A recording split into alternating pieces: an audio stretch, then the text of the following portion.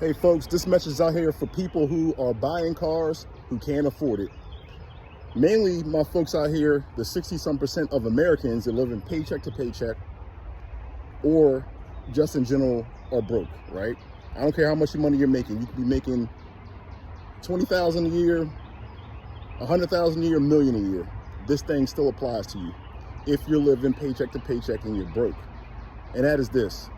When you are purchasing a car, you're losing in 3 ways. And then you can multiply it. And I get to that in the video. At the end of the video, I get to that. How are you losing? Number 1, you're buying a depreciating item. A lot of people say depreciating asset. I don't like to call a car an asset, even though I guess technically it is. So that's number 1. You're buying a depreciating asset.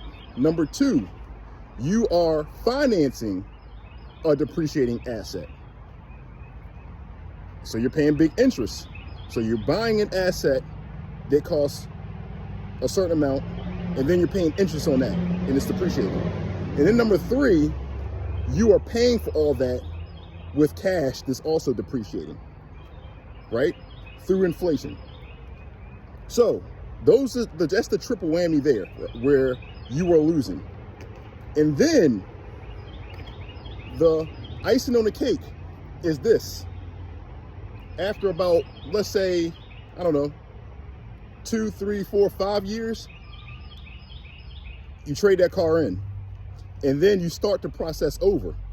But typically that car is not worth what you paid for it and all the interest you have put on top of that.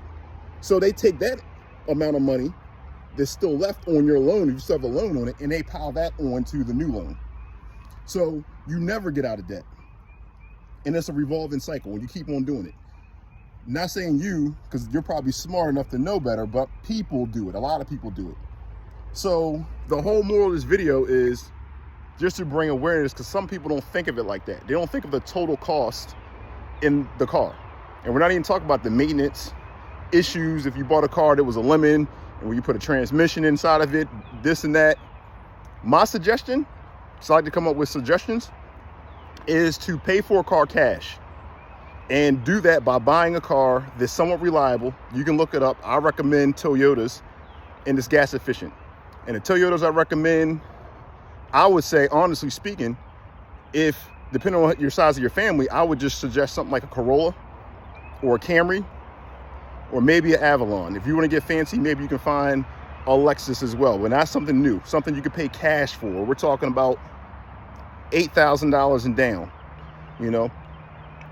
So yeah, so just want to make this real quick video and try to help somebody out there. Like, comment, subscribe, be healthy, wealthy, wise. Talk to you guys tomorrow.